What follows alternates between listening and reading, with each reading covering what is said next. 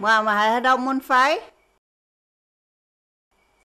Như hẹn nàng luôn hay mau hay. Nhưng mà hay bây giờ mình lo miền mạng sâu em phái. Chủ lò lành chỉnh chăm.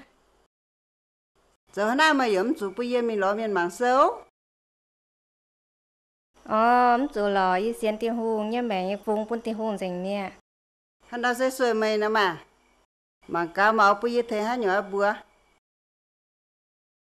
Lành chỉnh chăm Nhưng gì rồi nào